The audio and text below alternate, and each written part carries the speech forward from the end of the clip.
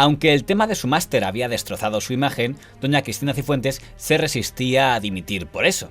Yo no dimito porque yo no he cometido ninguna ilegalidad, no he cometido ninguna irregularidad y por tanto no veo ninguna razón para dimitir. Todas estas cuestiones, absolutamente todas las que han salido y las que se han conocido, pertenecen exclusivamente al ámbito de gestión, al ámbito de administración interna de la propia universidad. Me reitero absolutamente en todas y cada una de las explicaciones que yo he dado hasta el momento, porque yo he dicho la verdad.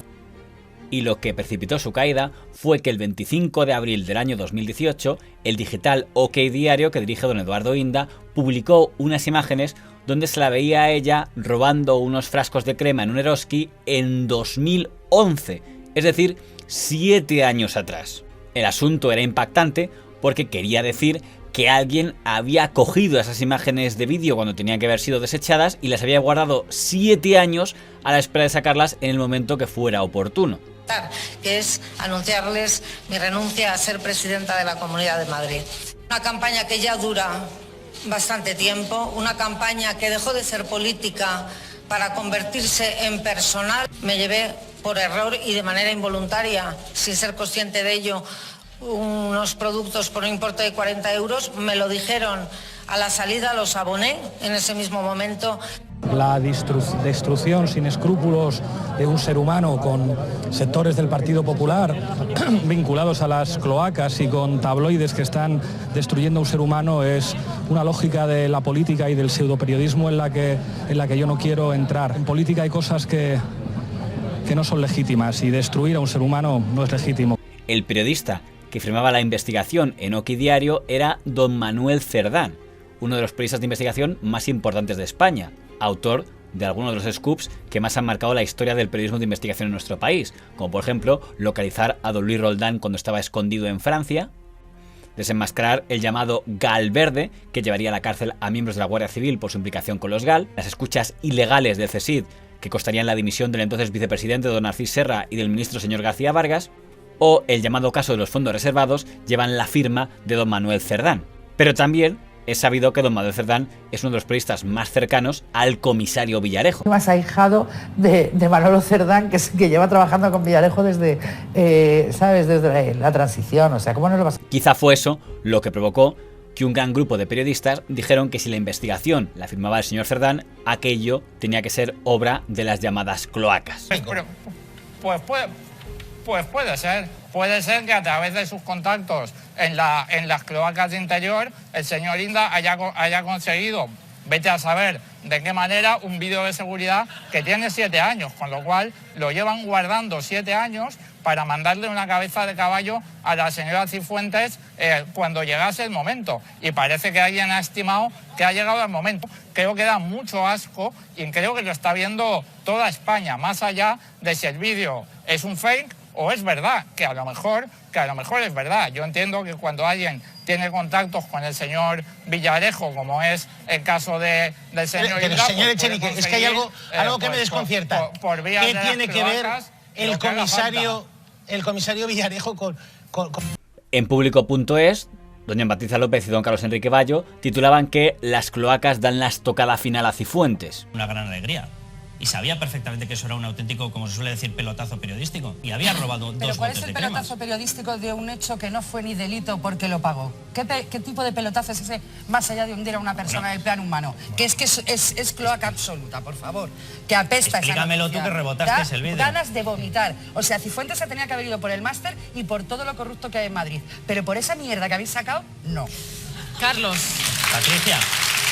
Don Agustín Valladolid tuiteaba que había una manada periodística comparando a la manada de violadores de Navarra, y don Javier Casqueiro en el diario El País escribía que a la caída del señor Cifuentes habían influido crudas vendetas de grupos mediáticos y políticos ligados a lo más tenebroso de la derecha madrileña, situándose por tanto en esa tenebrosa derecha al señor don Manuel Cerdán. En Infolibre directamente se hablaba de una mafia, aunque quizá uno de los más duros fue don Rubén Arranz en el digital Voz Populi, el digital de don Jesús Cacho, donde escribía: El periodismo debería utilizarse para describir hechos, analizar ecosistemas y guiar a la opinión pública con prudencia, decencia y responsabilidad.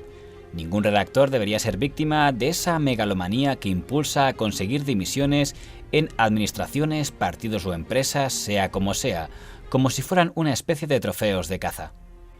Con la dimisión de Cifuentes ha vuelto a quedar claro que la cloaca funciona y que los dosieres se mueven o se paralizan según convenga a quienes los encargan. El problema se produce cuando las batallas intestinas emplean la prensa como campo de batalla y ésta se deja manipular. O viceversa, cuando los medios acuden a las alcantarillas del Estado para nutrirse de mercancía averiada y conseguir su minuto de gloria, caiga quien caiga. Todos estos son síntomas de una España enferma. También en 3TV hablaron de manera muy despectiva del scoop que había logrado la dimisión de doña Cristina Cifuentes. ¿Quién podría estar intentando chantajear a Cristina Cifuentes con ese vídeo? No solamente había una voluntad de doblegar los planes de Cristina Cifuentes, y uno de sus planes importantes era la lucha contra la corrupción, sino de sacar un dinero a cambio. Es un delito más grave aún. Hay una serie de detectives, más que detectives, hay un antiguo policía que se pone a investigar a Cristina Cifuentes cuando ella está a punto de alcanzar el poder en la Comunidad de Madrid. Ahí se empieza, electoral. Efectivamente, ahí se le empieza a investigar a ella y todo apunta a que ahí es cuando se consigue ese vídeo. El jefe de seguridad del centro comercial, y hay que preguntarle a la empresa que tenía por qué no las destruyó, hasta donde a mí me cuentan, alguien de ahí se los da a alguien de la policía por las relaciones que hay entre policía y empresas de seguridad. Hay una brigada de la Policía Nacional que es la que controla las empresas de seguridad y hay cierta endogamia, se recibe y ahí llega un momento que alguien, por eso hablaba yo de una mafia, lo suficientemente... no sé qué calificativo usar para tener 7 años eso en un cajón. Y el señor Cerdán se marcó una tribuna en OK Diario para replicar a algunos de los que le estaban juzgando tan severamente. La brunete mediática de la Comunidad de Madrid ha desatado una campaña mediática tan atroz y despiadada para desprestigiar a OK Diario.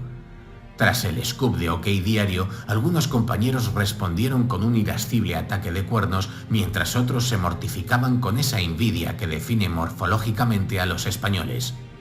Y entre esa tipología de periodistas destacaba un grupo de especímenes atrapados y condicionados por su pasado.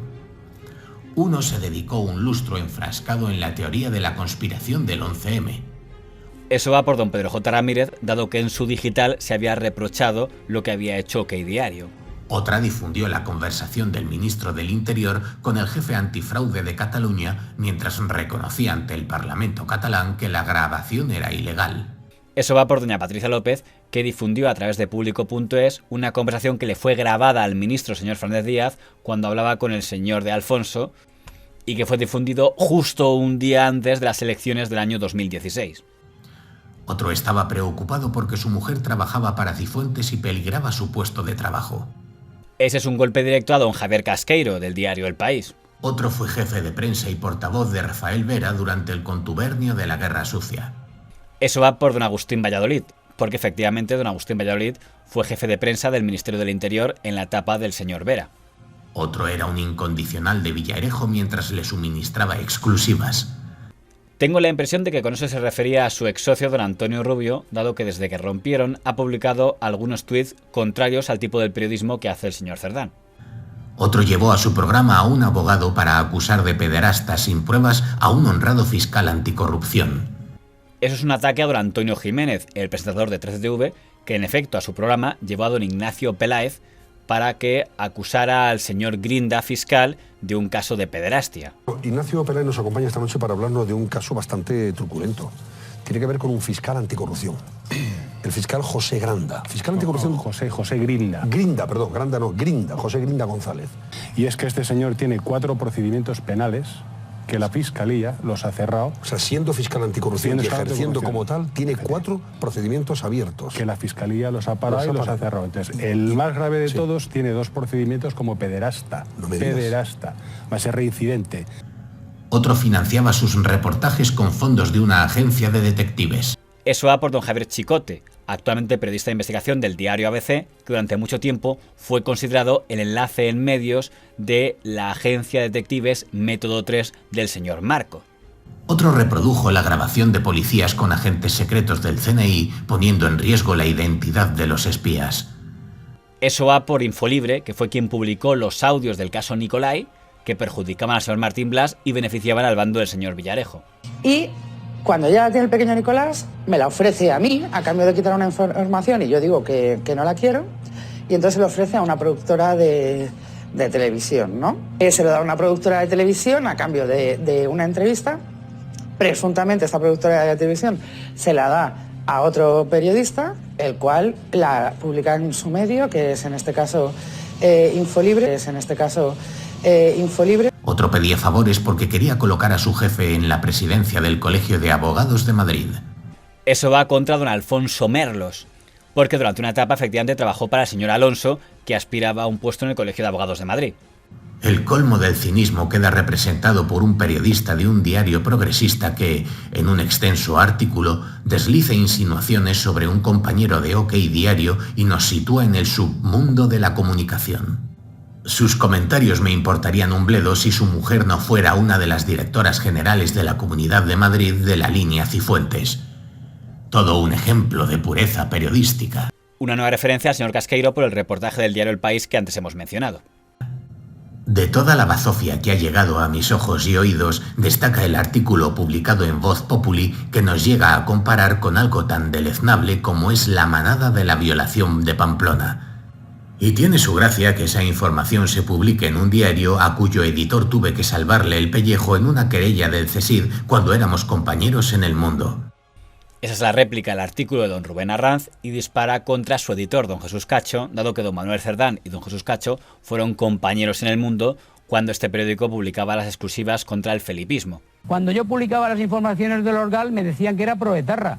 Cuando saqué las escuchas del CSID dije que iba contra la corona. Cuando saqué los papeles del CSID contra ETA, que colaboraba con la guerra sucia. Oye, por favor. Quedó claro que el señor Cerdán era mal enemigo, porque, por ejemplo, don Rubén Arranz borró su artículo y ya no está en la hemeroteca de Voz Populi. Con lo que decía Confucio, yo señalo con el dedo un árbol y el ignorante se queda mirando el dedo. Oiga, entre usted en el meollo. Aquí ha habido un hurto, una presidenta de la Comunidad de Madrid, una delegada del gobierno, que si eso se hubiera denunciado antes no habría llegado a ese cargo. Y el error ha sido que en el 2011 no se hubiera emitido y publicado. Ojalá, porque no habría sido delegada del gobierno.